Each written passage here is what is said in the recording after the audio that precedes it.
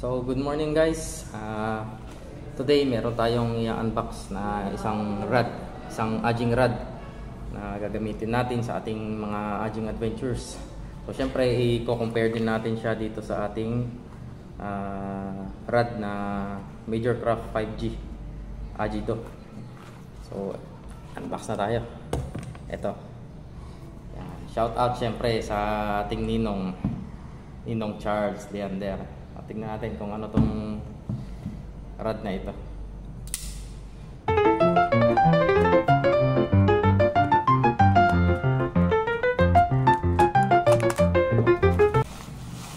Charan!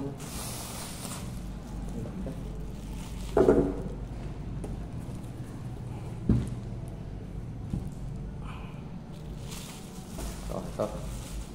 Ating rod.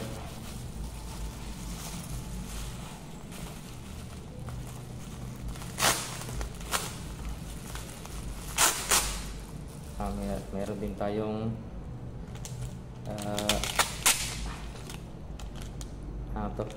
jig head.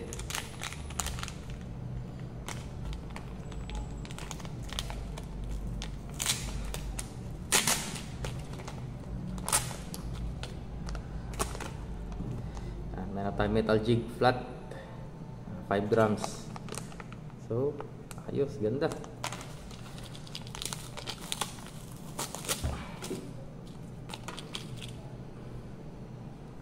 Ito din, Daiso jig para, micro jig.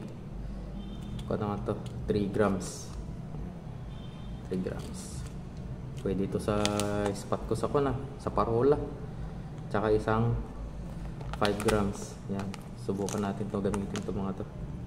Tignan natin kung meron mahuhuling mainam-inam.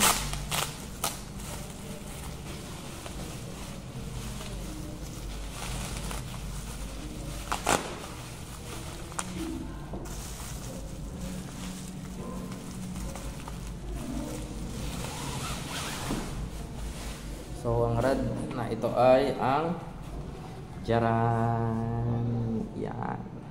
Graphite Leader 2023. Graphite Leader Corto. So, pan lang siya. Siya yung nasa gitna. From the Corto UX o yung G-Chorus. Ito naman yung Corto lang siya. G-Course yung kanyang code. Tapos yung high-end nila yung G-Corps na Corto. So, tignan natin. So, SIC guide, SIC and titanium yung kanyang guides, SIC inserts. Ito yung kanyang code. Yan. Yan. 23 G-Course 612 light na power and highly high solid ba yung tawag doon, yung HS niya? Hindi ko alam. Basta natin.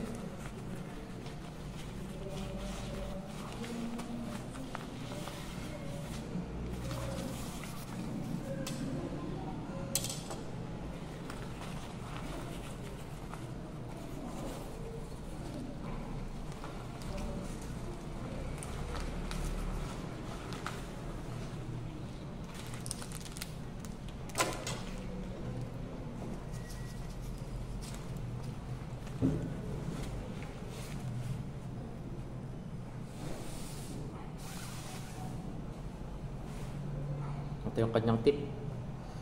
So, ganda ng kanya. Yung kanyang second na guides, single foot din. Hindi katulad nitong Agido.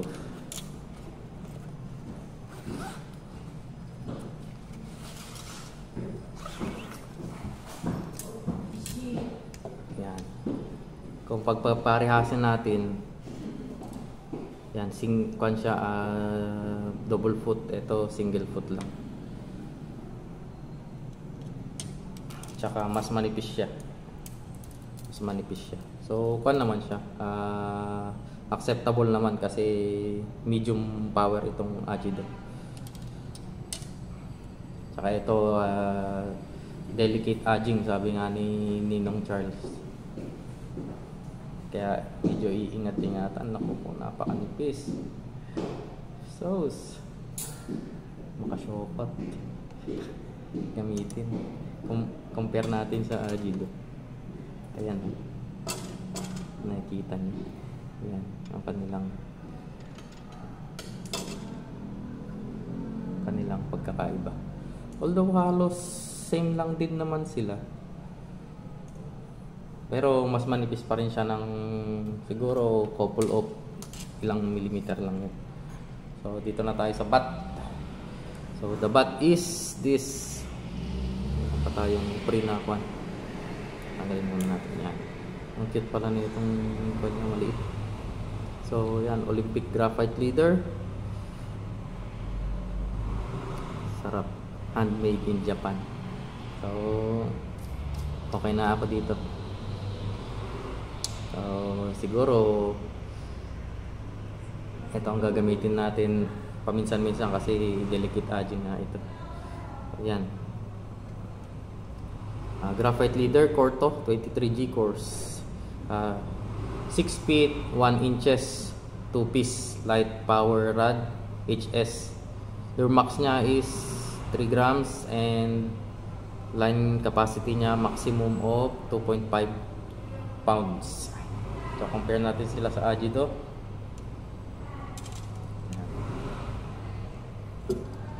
Hindi tayo nakapag gawa ng unboxing noon dito sa Agido. Ayan yung kanilang dalawa. Sura nila. Hindi ko alam kung ilang grams ito. Tignan natin dito sa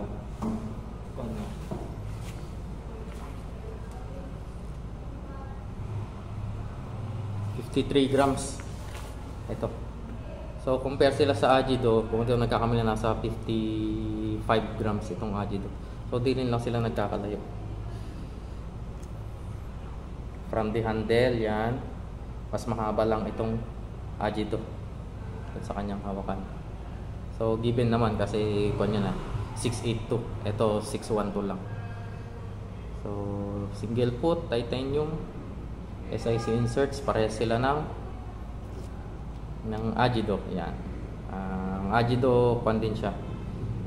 Titanium din naman. SIC inserts din. So yan.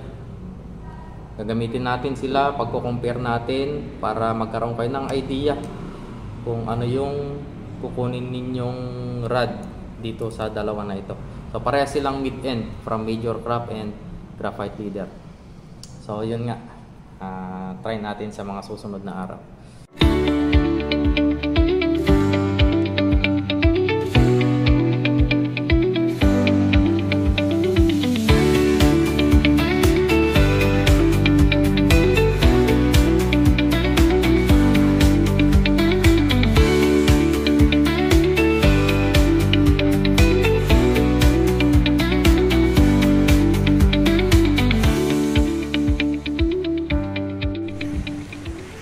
Good morning guys, and today we will do field test ito sa ating bagong graphite leader Corto. Siyempre pinartner natin yung ating Shimano Vanquish 1000 SSPG, tapos same line din lang, 1.75 pound na one more by Ultimate. Tapos ang gagamitin lang natin na jig head is yung teaser and yung black na Polaris, yung white, tsaka yung lumot. And doon lang iikot yung ating field test and i-comparison din natin ito doon sa ating Agido. So let's go.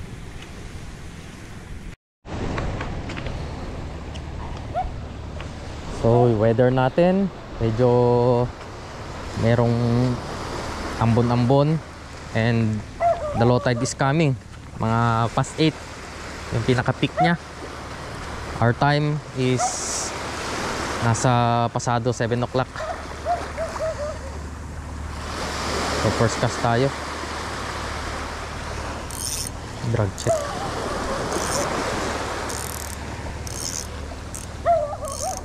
Ayan.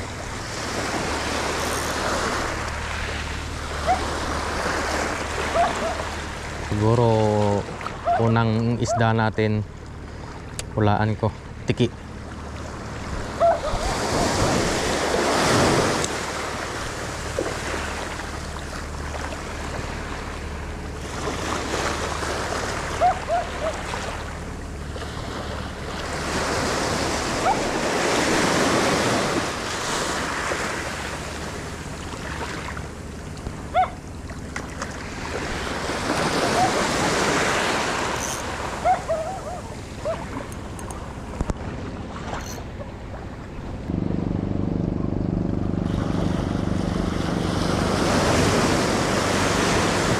Tsaka yung sibad, ang lakas ng ang lakas ng pakiramdam dito sa rad na to.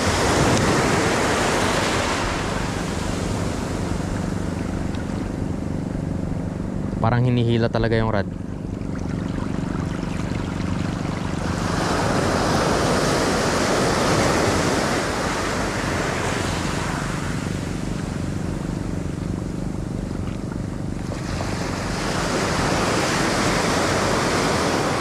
Okay, ayaw na nila sumibad. Oops, yes. Okay. First fish is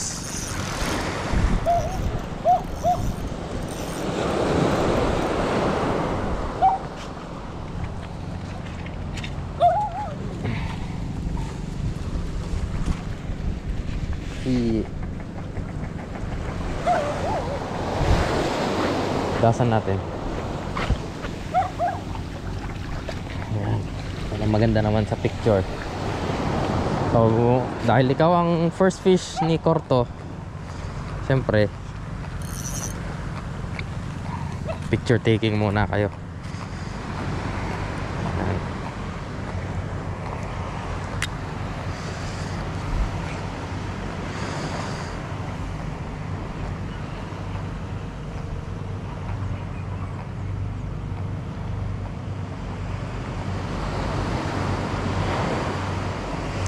Okay.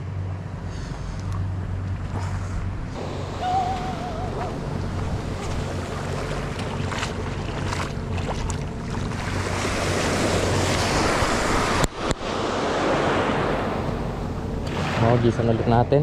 Baka mayroong nagkakawan dyan. So, it's another fish on. Mali ako doon sa hula ko. Hindi pala tiki yung unang fish ni Korto.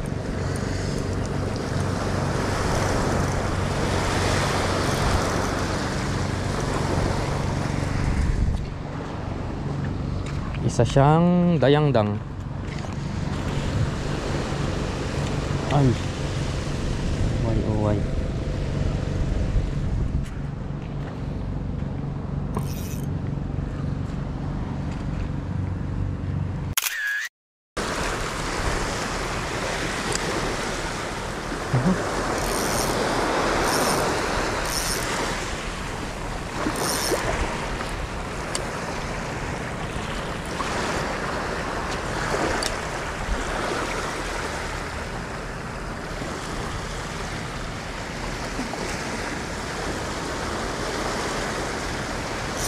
Fish on.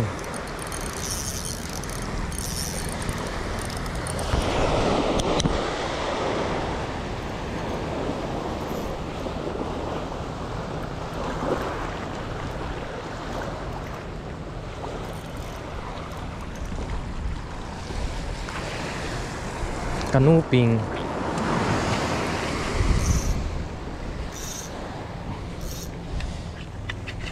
One thing na napansin ko lang dito sa Korto is that makatakot siyang ipanghila ng isda, unlike sa Ajido na parang effortless.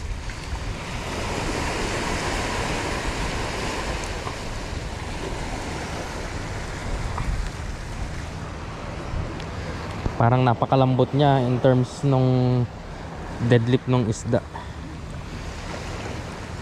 So this is a keeper natin yan kasi request ng mga kasamahan natin na Oh. Daing daw.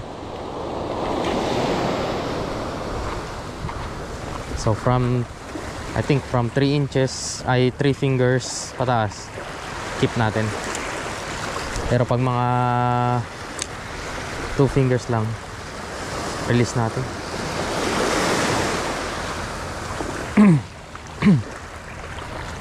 Pwera lang pagtiki, syempre haba yun eh.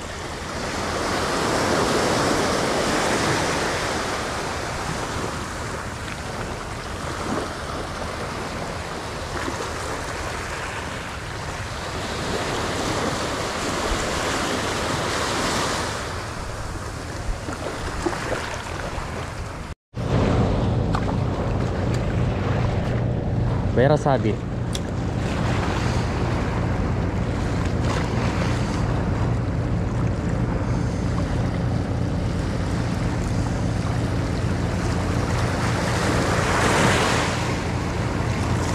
Medyo malabo yung dagat.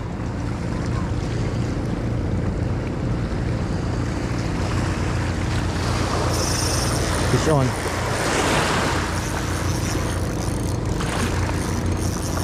Huwag natin pagbigyan, kasangan to. Talo tayo dito.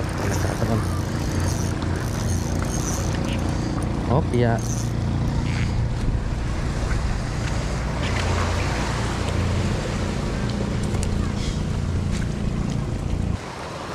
Try naman natin tong white.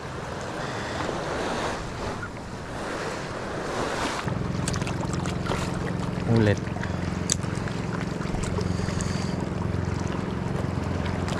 Fish on. Ah. Huwag mo sabit.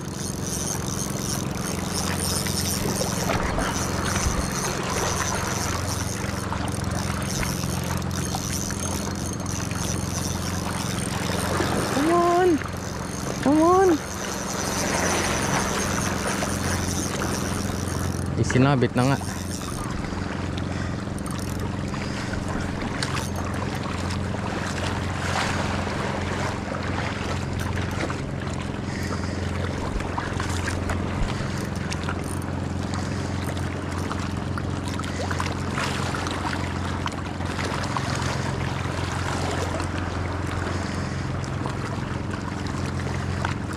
Yun. Okay.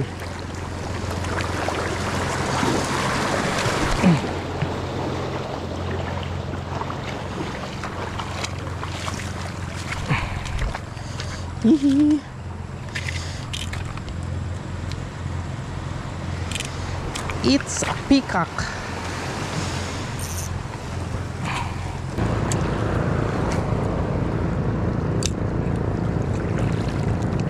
Fish on.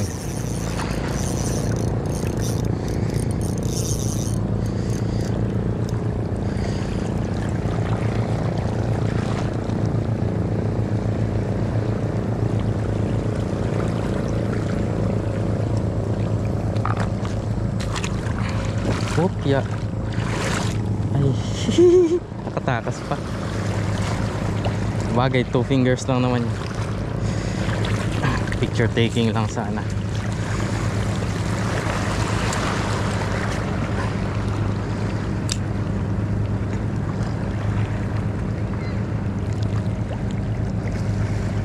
Fish on. Malaki-laki. Oh.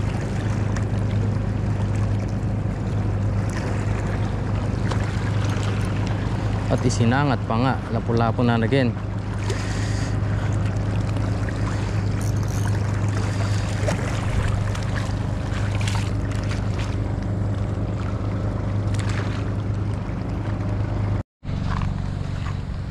So yun, 1% na lang tong GoPro natin, kaya tama na yung ating field test. So ito yung mga huli natin.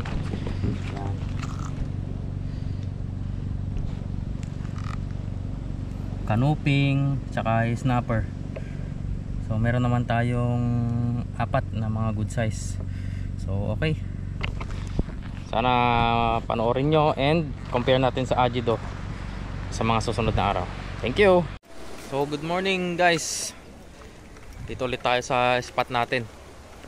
Dito, ayan. Yung pinaka-spot natin.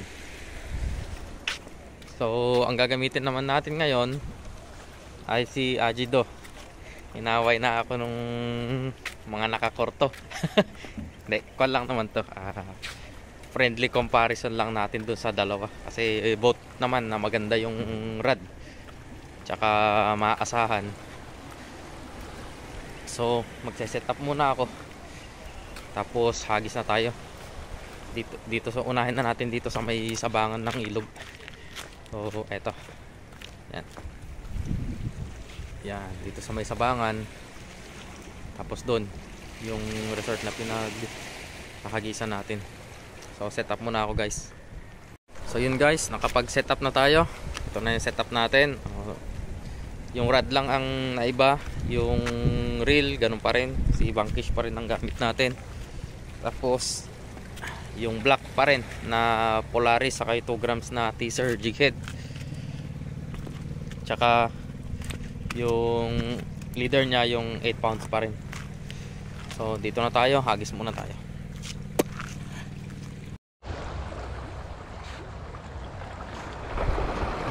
Okay.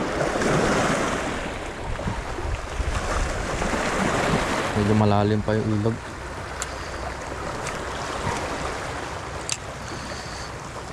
First cast.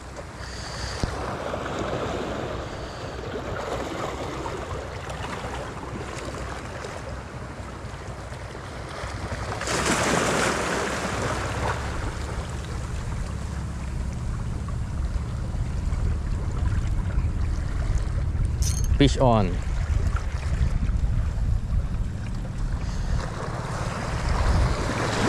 At ang unang huli niya ay tiki. Okay. Nahasang naman na yata. Ari.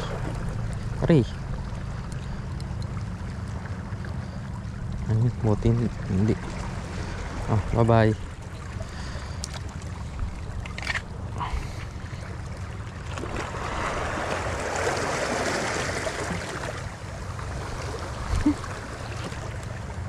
Nalansahan kagad ang aking kamay.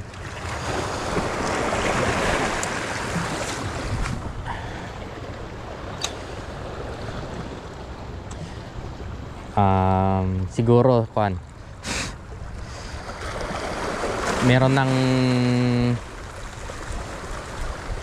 sa pagka-pogi fishing niya between Corto and Ajido.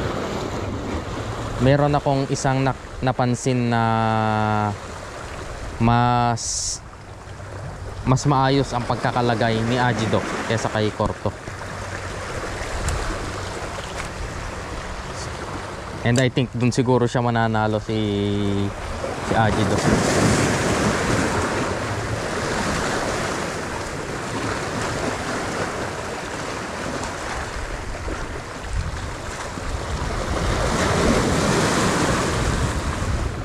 Ewan ko lang sa mga ibang mga ajing anglers din na nakapaghawak na itong dalawang rod na to, Corto and Ajido.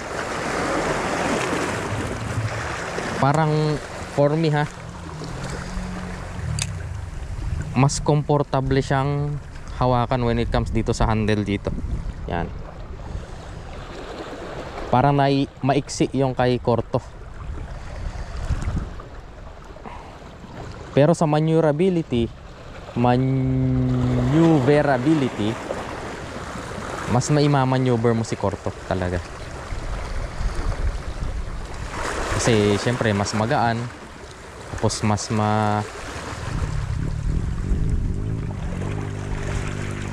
maiksi pa. So yun.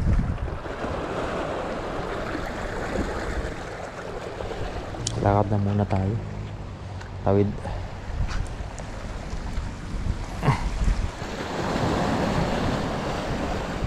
Subukan natin hagisan tong pagitan.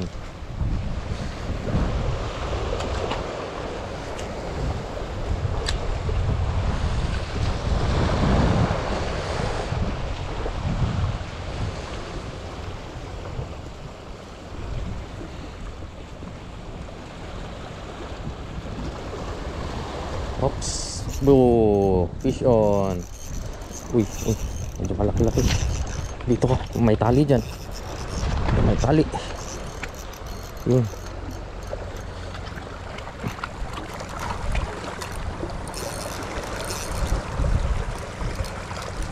Talapitok.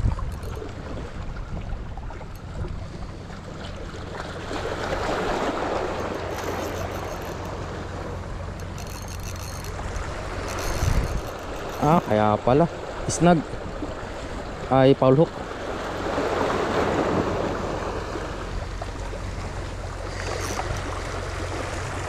Hindi. Yeah.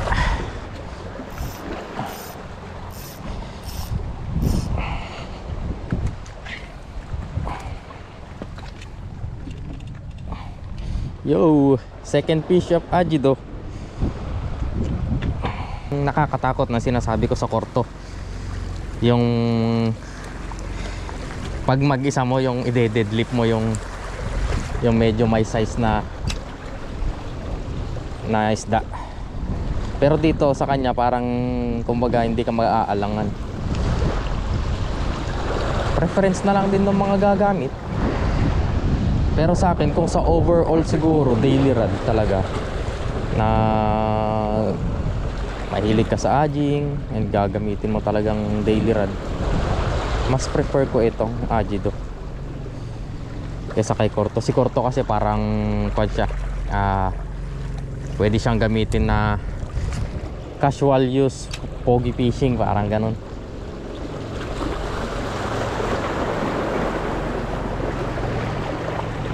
In terms naman dun sa paglalagay ng reel, sa reel seat ng dalawang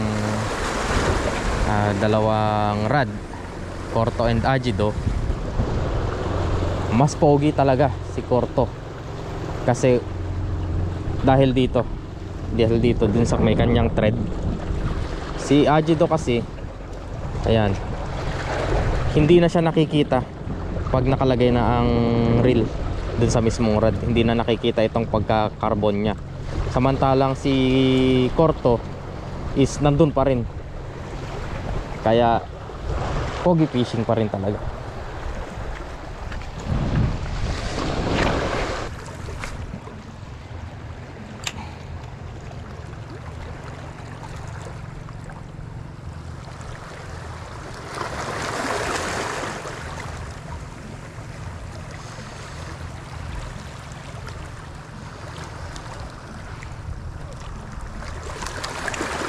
Fish on.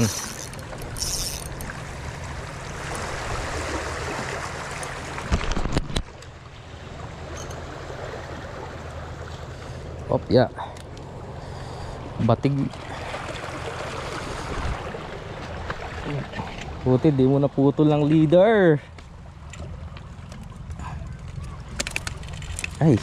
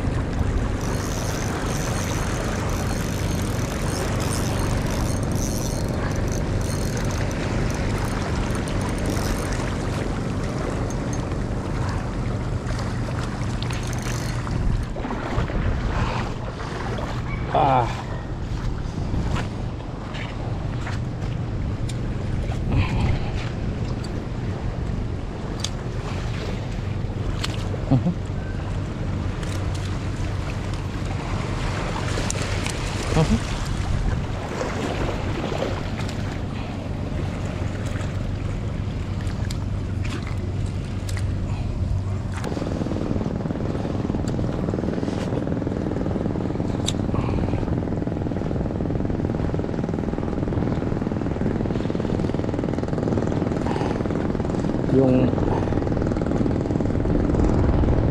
fish on.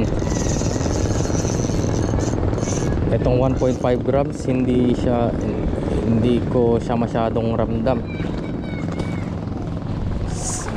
dito sa Ajido kapag naglalaro sa ilalim. Kaya kung minsan talaga sumasabit. Sa Korto nararamdaman siya. na dinaanan ko kanina.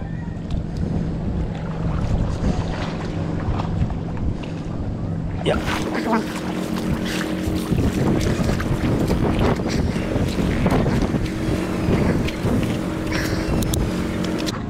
So yan nga mga master, na balik na tayo at medyo mahangin, di rin tayo makakapag-fishing na maayos. Time natin 8:17 ng umaga, pero babalik na tayo. So yan, gamit natin.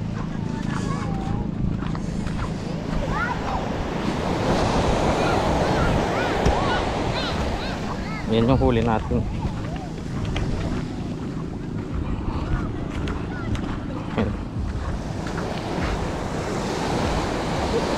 Okay, PD na. So, yan nga, napag-compare na natin guys yung dalawang rod. Etong Corto tsaka itong Agido.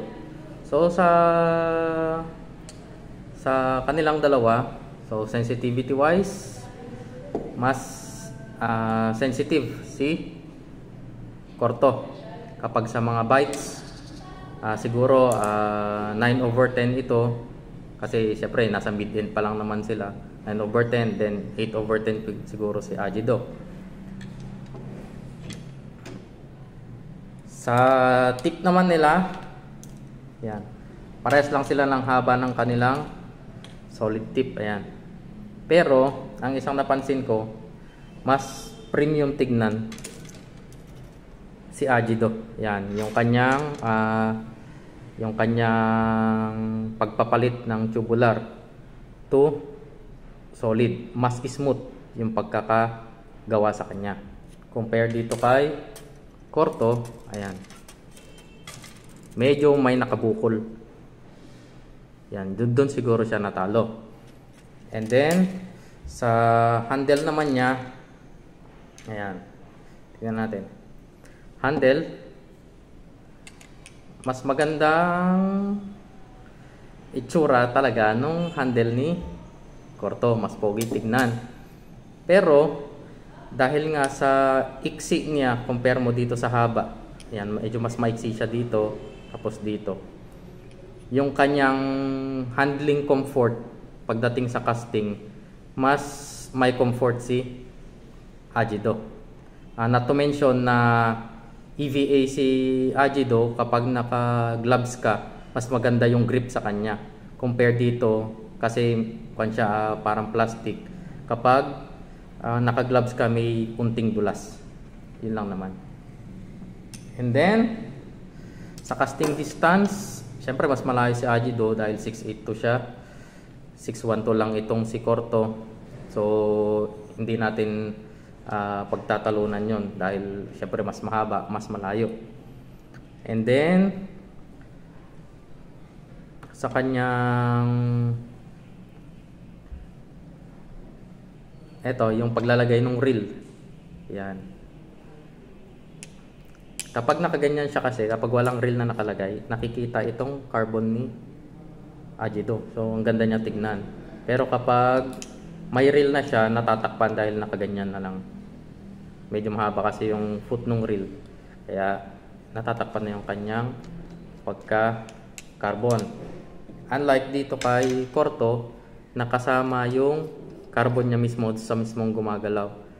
Kaya kapag kahit may reel siya, maganda pa rin tignan, may carbon pa rin siya. So yun lang naman ang napansin ko sa kanilang dalawa. So preference ninyo kung anong bibili nyo sa dalawa na yan, nasa sa inyo na rin na bibili. Sa sensitivity pala, siyempre mas sensitive si Corto kasi mas manipis yung kanyang solid tip kesa dito kay Agido. Pero siyempre dahil siguro light siya and medium power itong Agido, pagdating kasi sa comfort nung paghila ng isda, kahit yung pag deadlift ng isda, hindi ka maalangan dito kay Ajido. Siyempre siguro dahil medium siya and light lang to, so mahirap naman ding pagtalunan yung dalawa. And ito pa yung dalawang tip nila. Yan yung tip nila. Yung tip ni Corto, parang mayroon siyang dalawang, ang tawag dyan, parang foot. Tapos dito kay Ajido, isa lang. Mas nakikiutan ko lang na tignan yung kay Ajido. Parang kakaiba lang yung tip niya. Parang more on aging talaga yung itsura kaysa yung gantong itsura. Parang UL na kasi. Pero nasa sa inyo pa rin yan. So yun lang guys. Hope na sana maging maayos tayo lagi at ingat-ingat tayo sa ating fishing adventure. Thank you.